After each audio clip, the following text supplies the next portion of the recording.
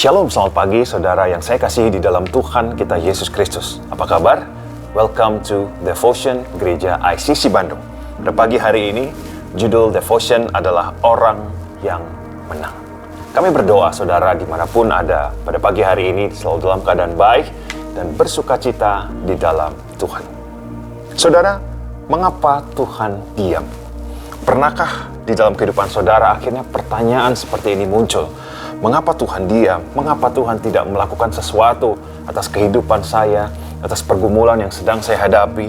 Mengapa Tuhan tidak campur tangan? Mengapa Tuhan membiarkan? Nah, saudara, dalam keadaan seperti ini, pada akhirnya kita dapat menjadi bingung, merasa tidak adil, kecewa, ataupun bisa menjadi marah. Di dalam Alkitab ada satu tokoh yang bergumul tentang mengapa Tuhan diam. Dia adalah Nabi Habakuk. Nabi Habakuk adalah satu dari 12 nabi-nabi kecil di dalam perjanjian lama. Nah, pada waktu itu terjadi kekacauan yang luar biasa. Keadaannya begitu kacau balau, situasi perang yang melibatkan beberapa bangsa-bangsa. Tapi justru bangsa-bangsa kafir, bangsa-bangsa penyembah berhala, bangsa yang tidak mengenal Tuhan, yang justru menindas bangsa Israel. Babel menyerang Yehuda dan bangkit satu bangsa yang bernama Kasdim. Siapakah Kasdim ini? Adalah bangsa yang begitu garang, bangsa yang begitu dahsyat dan menakutkan. Alkitab mencatat kudanya lebih cepat daripada macan tutul dan lebih ganas daripada serigala pada waktu malam. Mereka melakukan kekerasan, mereka mengumpulkan tawanan seperti banyaknya pasir. Keadaan seperti ini membuat Nabi Habakuk di dalam Habakuk 1 ayat 2 berkata, "Berapa lama lagi Tuhan, aku berteriak, tetapi tidak kau dengar. Aku berseru kepadamu, penindasan, tetapi tidak kau tolong." Saudara, jadi Habakuk bertanya, ini sampai kapan Tuhan? Apakah akan begini terus tanpa pertolongan Tuhan? Di manakah Tuhan? Kenapa saya berteriak kepada Tuhan? Tuhan tidak turun tangan, Tuhan tidak campur tangan. Mengapa orang fasik, bangsa-bangsa fasik justru hidup di dalam kemenangan, tetapi bangsa Israel yang menjadi sulit? Mengapa keadaannya kacau balau seperti ini, tetapi yang menjadi penyebabnya justru bangsa-bangsa yang tidak mengenal Tuhan? Di manakah keadilan Tuhan? Nah, pada pagi hari ini, saudara terkasih, melihat dari peristiwa Nabi Habakuk, mari kita belajar dua hal. Yang pertama, kita buka Habakuk 2 ayat 4. Tetapi orang yang benar itu akan hidup oleh percayanya. Sekali lagi, tetapi orang yang benar itu akan hidup oleh percayanya. Inilah firman Tuhan yang datang kepada Nabi Habakuk, bahwa orang benar itu akan hidup oleh percayanya. Kepercayaan kita kepada Tuhan merupakan dasar yang kuat. Kepercayaan kita kepada karakter Tuhan, kepercayaan kita kepada janji-janji Tuhan, kepercayaan kita kepada pertolongan, pemeliharaan Tuhan, termasuk kepercayaan kita kepada Tuhan bahwa Dia tidak tinggal diam untuk menolong saya dan saudara. Bahwa Dia adalah Tuhan yang bekerja, Dia adalah Tuhan yang melihat segala sesuatu, dan kita sebagai orang benar, kita hidup dari kepercayaan yang seperti itu. Pertanyaan sekarang, apakah Tuhan diam? Jawabannya adalah tidak. Tuhan tidak diam. Di dalam peristiwa Nabi Habakuk ini, ketika dia berteriak minta tolong, apakah Tuhan diam? Tidak, Tuhan tidak diam. Saudara, terus bagaimana dengan keadaan bangsa kafir yang membuat kacau balau pada waktu itu? Yang sehingga sampai Nabi Habakuk berkata di dalam suratnya, keadilan muncul terbalik. Kita buka sama-sama Habakuk 2 ayat yang ke-8. Saya akan bacakan, karena engkau telah menjarah banyak suku bangsa, maka bangsa-bangsa yang tertinggal akan menjarah engkau. Semua karena darah manusia yang tertumpah itu, dan karena kekerasan terhadap negeri, kota, dan seluruh penduduknya. Mereka binasa, saudara. Tuhan itu tidak diam. Tuhan melihat segala sesuatu. Tuhan mengerti segala sesuatu. Tuhan memahami segala sesuatu. Jadi Tuhan tidak diam.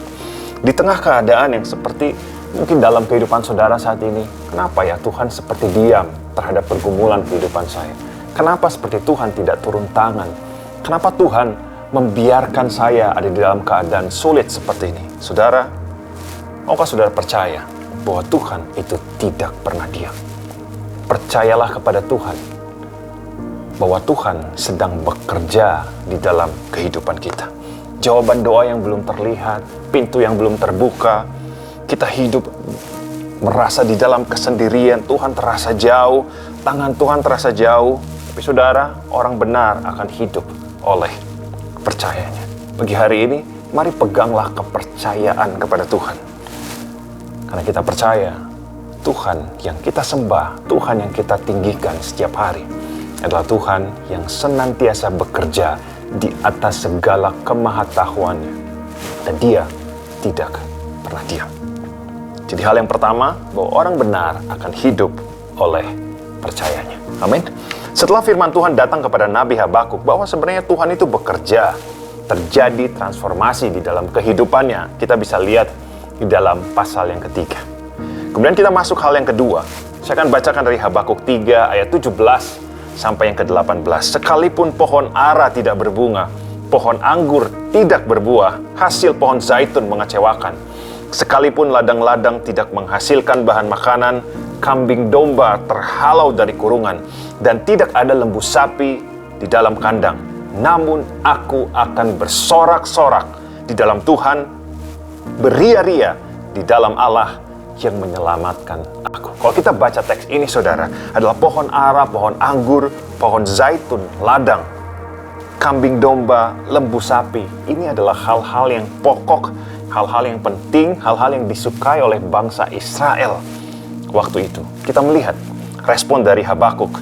Tadinya dia mempertanyakan Tuhan, sepertinya diam, tetapi sekarang ketika melihat hal-hal pokok yang tidak tersedia, ini yang luar biasa. Dia tetap bersorak-sorak dan beria-ria di dalam Tuhan. Jadi dia tidak lagi mempertanyakan, oh Tuhan itu diam. Tuhan tidak mendengar teriakanku minta tolong. Tuhan tidak mendengar seruanku. Saudara, dari Nabi Habakuk kita bisa belajar apa yang sedang saudara alami, apa yang sedang kita alami pada saat ini. Keadaan yang sukarkah?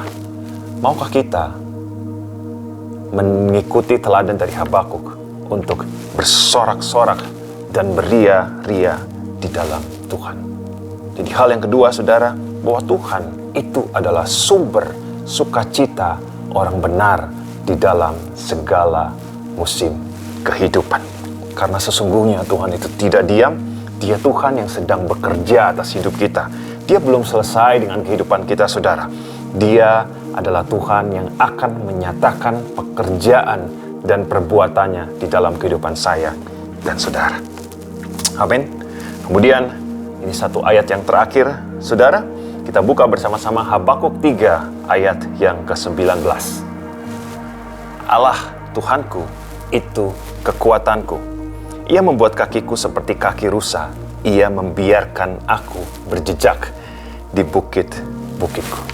Kalau kita lihat di sini, ia membuat kakiku seperti kaki rusa. Tahukah saudara bahwa rusa adalah hewan yang lemah, tetapi rusa punya satu keunggulan yang sangat mengagumkan, yaitu rusa memiliki kaki yang sangat kuat, sehingga dia bisa keluar masuk sungai, dia bisa naik ke bukit-bukit batu yang terjal, tinggi dan berbahaya. Bahkan dia bisa naik sampai ke puncak bukit yang jauh.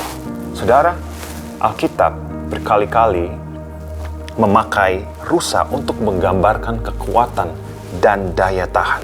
Hal yang sama, bahwa Tuhan itu bisa memberikan ke kita kekuatan dan daya tahan bagi kita orang-orang percaya untuk menghadapi dan melewati masa-masa yang sukar di dalam kehidupan kita. Dan pada akhirnya kita tampil sebagai orang-orang yang menang. So pagi hari ini, saudara, di dalam setiap hal sukar yang sedang kita hadapi, percayalah bahwa Tuhanlah yang menjadi sumber sukacita bagi kita semua. Dia memberikan kekuatan dan pada akhirnya kita tampil sebagai orang-orang yang menang. Amin. Mari kita berdoa. Tuhan Yesus, terima kasih untuk pagi hari ini. Kami bersyukur untuk setiap firman yang kami sudah dengar.